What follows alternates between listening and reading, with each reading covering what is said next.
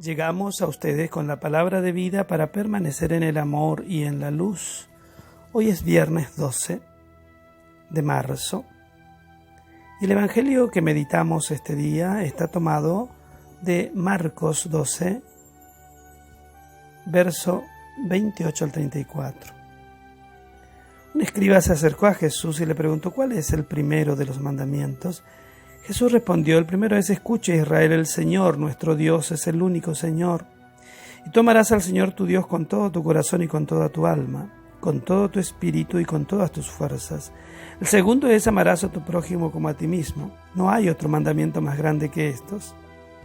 El escriba le dijo: muy bien, maestro, tienes razón al decir que hay un solo Dios y no hay otro más que Él, y que amarlo con todo el corazón, con toda la inteligencia y con todas las fuerzas, y amar al prójimo como a sí mismo vale más que todos los holocaustos y todos los sacrificios. Jesús, al ver que había respondido tan acertadamente, le dijo: tú no estás lejos del reino de Dios. Y nadie se atrevió a hacerle más preguntas. Mensaje de la palabra de Dios.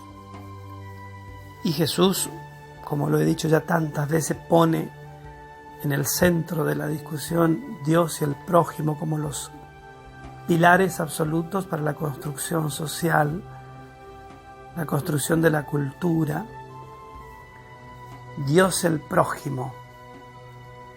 Dios que por supuesto no debe ser encasillado en el tema de la religión. Deberíamos tener como una mirada más amplia, ¿no?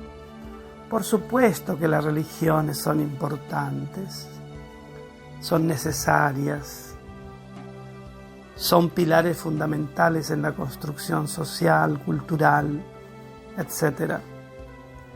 Pero me parece que la mirada tiene que ir mucho más allá de las religiones, porque es cierto que las religiones al haber sido estructuradas en, digamos, sistemas ideológicos influenciados por la cultura del tiempo, cometieron seguramente errores, porque el ser humano es frágil y limitado, y entonces al estructurar la experiencia de la fe, que esa sí es original, la experiencia de la fe, Jesús, sus palabras, eso es lo original de la fe. Después la estructuración que viene de ahí y la institucionalización, eso es otra cosa, ¿verdad? Ahí sí hay interpretaciones, hay mediaciones y hay seguramente errores. Ese es el tema de la religión, ¿no?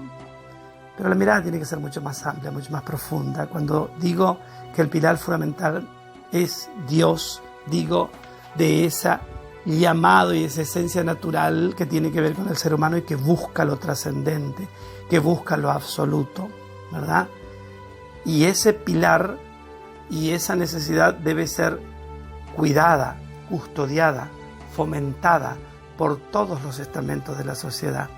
Sentido de lo religioso, no de la religión, vuelvo y repito, sentido trascendente, el sentido de lo absoluto, eso debe ser cuidado.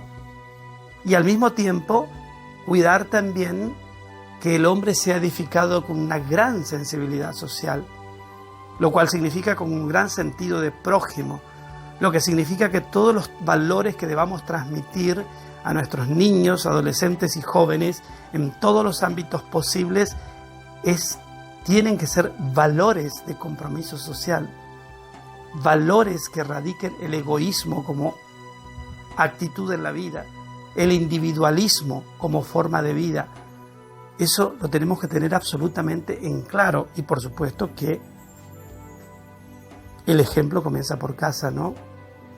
Somos nosotros los que debemos dar el ejemplo de ese sentido profundamente trascendente religioso, donde lo absoluto es visible en nosotros, quienes lideramos y quienes educamos y quienes tenemos responsabilidades de conducciones comunitarias, y por supuesto el compromiso social debe ser también absoluto.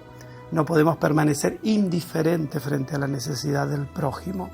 Dios y prójimo son las claves de una civilización que verdaderamente avance hacia la plenitud de su autoconciencia.